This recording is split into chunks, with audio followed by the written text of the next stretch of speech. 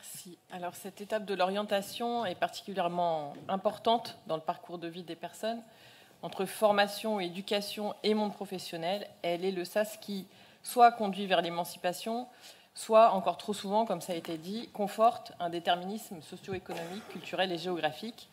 Et c'est bien contre ça que la région a souhaité lutter depuis plusieurs années en étant précurseuse et en s'emparant de manière forte et volontariste de cette compétence.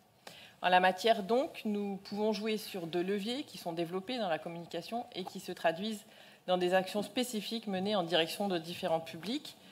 Le premier levier consiste à garantir à toutes et tous, tout au long de la vie, l'accès à l'information, à la découverte des voies professionnelles et des métiers qui seront essentiels pour construire le monde de demain, un monde vivable où chacune et chacun se sentira à sa place.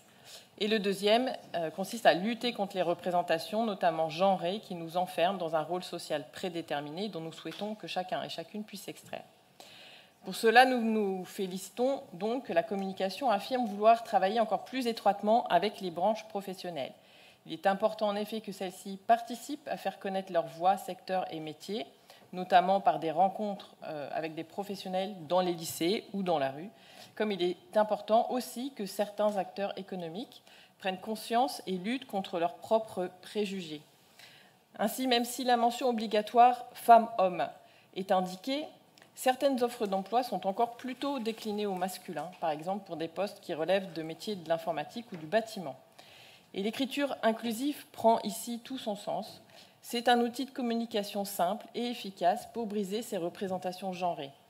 Il faut se réjouir de son utilisation de plus en plus fréquente par les employeurs qui recherchent aussi des développeuses informatiques, des techniciennes, des maçonnes ou des tailleuses de pierre. Concernant l'orientation genrée au lycée, nous devons faire le bilan de la réforme du bac de 2018 qui a mis fin aux séries et en les remplaçant par un tronc commun et des spécialités. Ce bilan est sans appel. Pour ne prendre que la question des lycéennes en mathématiques, nous sommes repartis des décennies en arrière. En terminale, 56% des élèves sont des filles. Alors qu'avant la réforme, 53% des élèves ayant plus de 3 heures de maths par semaine étaient des filles, ce taux est retombé à 47% en 2021 et c'est encore plus marqué pour les mathématiques niveau expert. Si la chute est moins rude pour les autres matières scientifiques, elle est également présente. Comment pouvons-nous alors mener des efforts d'orientation post-bac vers les domaines scientifiques à destination des jeunes femmes si dans le même temps leur place s'effondre au lycée ? Le gouvernement doit prendre sa responsabilité dans cette situation que nous regrettons vivement. Et enfin, je finirai par un petit regret. Dans cette communication, régulièrement, quand il est question de découverte des métiers, la communication parle d'entreprise, stage en entreprise, forum des entreprises. Il s'agit peut-être d'une habitude de langage, mais qui contribue à fermer le champ des possibles en matière d'orientation et de recrutement.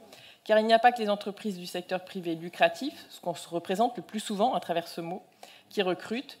Il nous faut en effet systématiquement intégrer et même mettre en avant les structures de l'ESS, et notamment du secteur associatif, et celles du service public, dont les missions et métiers d'utilité sociale ou d'intérêt général sont essentiels pour la société et l'économie que nous voulons construire pour demain.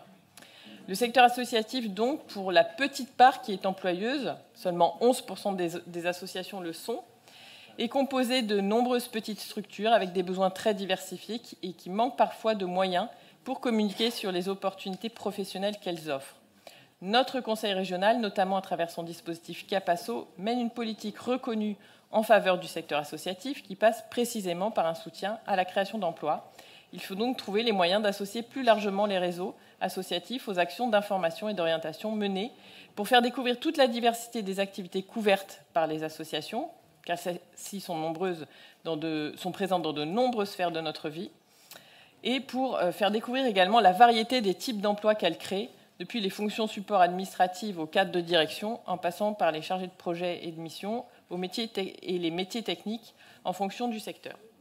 Et enfin, il en est de même pour le secteur public dont nous faisons partie, à l'heure où d'ailleurs notre collectivité, comme d'autres, a des difficultés dans certains domaines pour trouver des personnes disposant des qualifications dont nous avons besoin pour mettre en œuvre les politiques publiques que nous avons décidé de mener. Nous ne pouvons pas nous oublier nous-mêmes au moment de communiquer sur l'importance de la politique d'orientation que nous souhaitons déployer.